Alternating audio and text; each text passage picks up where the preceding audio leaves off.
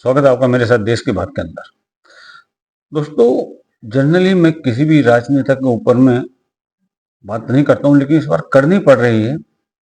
उसका जो कारण है, उसका कारण है हमारे देश की संसद के अंदर में विपक्ष का नेता राहुल गांधी। ये वो व्यक्ति है कि जो निराधार आरोप पर आरोप लगाता रहता है, चाहे वो देश का प्रधानमंत्री हो या देश की सेना हो या कोई भी हो।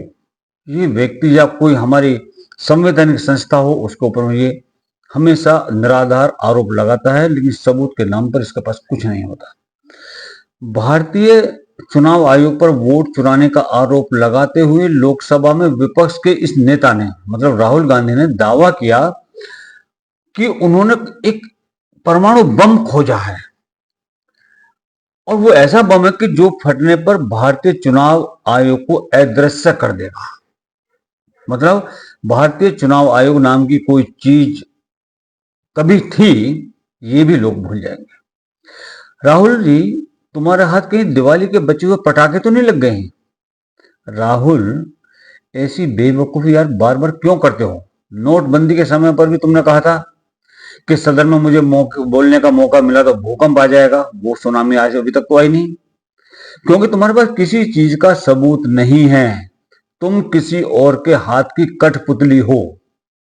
तुम इस देश के भी नहीं हो, क्योंकि तुम्हारी नागरिकता इंग्लैंड की है, यूके की है। तुम यहाँ के नागरिक ही नहीं हो। राहुल जी, संसद में बोलने का तुम्हें ससम्मान पूरा मौका मिलता है हमेशा। आस्तीन चढ़ाते तुम्हारी बेतुकी धमकी की हवा जरूर निकल गई। तुम हमेशा ये करते हो, आस्तीन चढ़ा करके बकवास करते हो वहां पर, लेकिन हवा सबकी निकल जाती है। सदन में बैठी महिला सांसदों तक की भी तुम परवाह नहीं करते। सदन में तुमने आंख मारते हुए एक निर्लज्ज तथा संस्कारहीन सांसद होने का जिंदा परिचय जरूर दिया था। तुमने उस संस्कृति का परिचय दिया था जिस संस्कृति को तुम बिलोंग करते हो। तुम भारत की संस्कृति के नहीं हो। राहुल जी, आप अब कुछ दिनों से आप चुनाव आयोग को लगातार धमकियां दे रहे हो। वोट चोरी हो रही है और अब हमारे पास ओपन एंड शट प्रूफ है कि इलेक्शन कमीशन वोट चोरी में इन्वॉल्व है। और मैं लाइटली नहीं बोल रहा हूं, मैं 100% प्रूफ के साथ बोल रहा हूं, ठीक है। और आप सबको पता लग जाएगा, जैसे ही हमने ये रिलीज किया पूरे देश को पता लग जाएगा कि इलेक्शन कमीशन वोटर चोरी करा रहा है। किसके लिए करा रहा है? किसके लिए करा रहा है? बीजेपी के लिए करा रहा है। ओपन एंड शट है, नो क्वेश्चन। हमें मध्य प्रदेश में सस्पिशन था, लोकसभा में सस्पिशन था, महाराष्ट्र में वो थोड़ा आगे गया, स्टेट लेवल पे हमें लगा कि यहां पे चोरी हुई है। वोटर एडिशन हुआ था, 1 करोड़ वोटर्स ऐड हुए थे। फिर हम थोड़ा डिटेल में गए, हमने कहा देखो अब इलेक्शन कमीशन तो मदद नहीं कर रहा है, तो थोड़ी ग्रैन्युलैरिटी में जाना है, गहराई में जाना है। तो हमने अपना ही इन्वेस्टिगेशन करवाया, उसमें 6 महीने लगे, और जो हमें मिला है वो एटम बॉम्ब है। मतलब एटम बॉम्ब है, फटेगा तो आप इलेक्शन कमीशन आपको दिखेगा नहीं हिंदुस्तान में। अच्छा, एक और बात जो सबसे जरूरी बात है, और मैं ये बड़ी सीरियसली बोल रहा हूं, जो भी ये काम कर रहे हैं, ठीक है, इलेक्शन कमीशन में जो भी ये काम कर रहे हैं, right from the top to the bottom, आप एक बात याद रखिए, आपको हम छोड़ेंगे नहीं। कुछ भी हो जाए हम छोड़ेंगे नहीं आपको, क्योंकि आप हिंदुस्तान के खिलाफ काम कर रहे हो।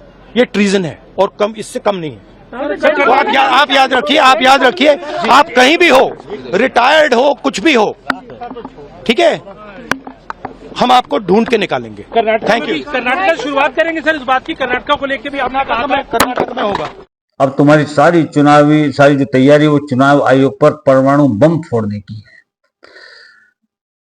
आपकी जो भूकंप वाली धमकी है, उसमें जमीन का कोई भाग हिला नहीं, परंतु हां, तुम्हारी आंखें जरूर घूमने लगी ऊपर नीचे इधर उधर, ये होने लगी आंखें।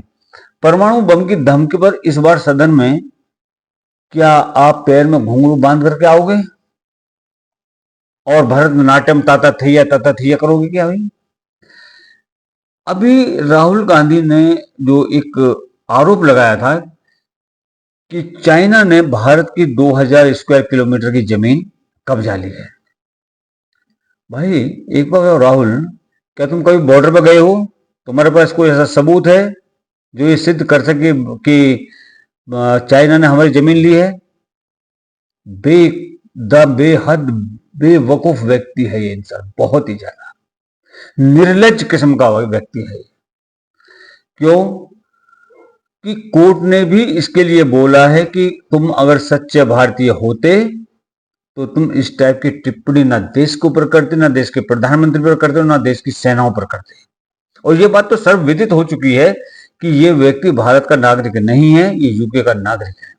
और अब आवश्यकता सिर्फ इतनी है कि इस व्यक्ति को धक्के मार करके देश से निकाल करके इसको वहां भेजना चाहिए जहां की इसके पास नागरिकता है। आप इस बारे में क्या कहते हैं? अपने कमेंट, अपनी राय जरूर दीजिए। और अगर आपको वीडियो अच्छा लगा हो तो पसंद कीजिए, लाइक कीजिए, शेयर कीजिए, सब्सक्राइब कीजिए। जय हिंद, जय भारत, जय श्री राम।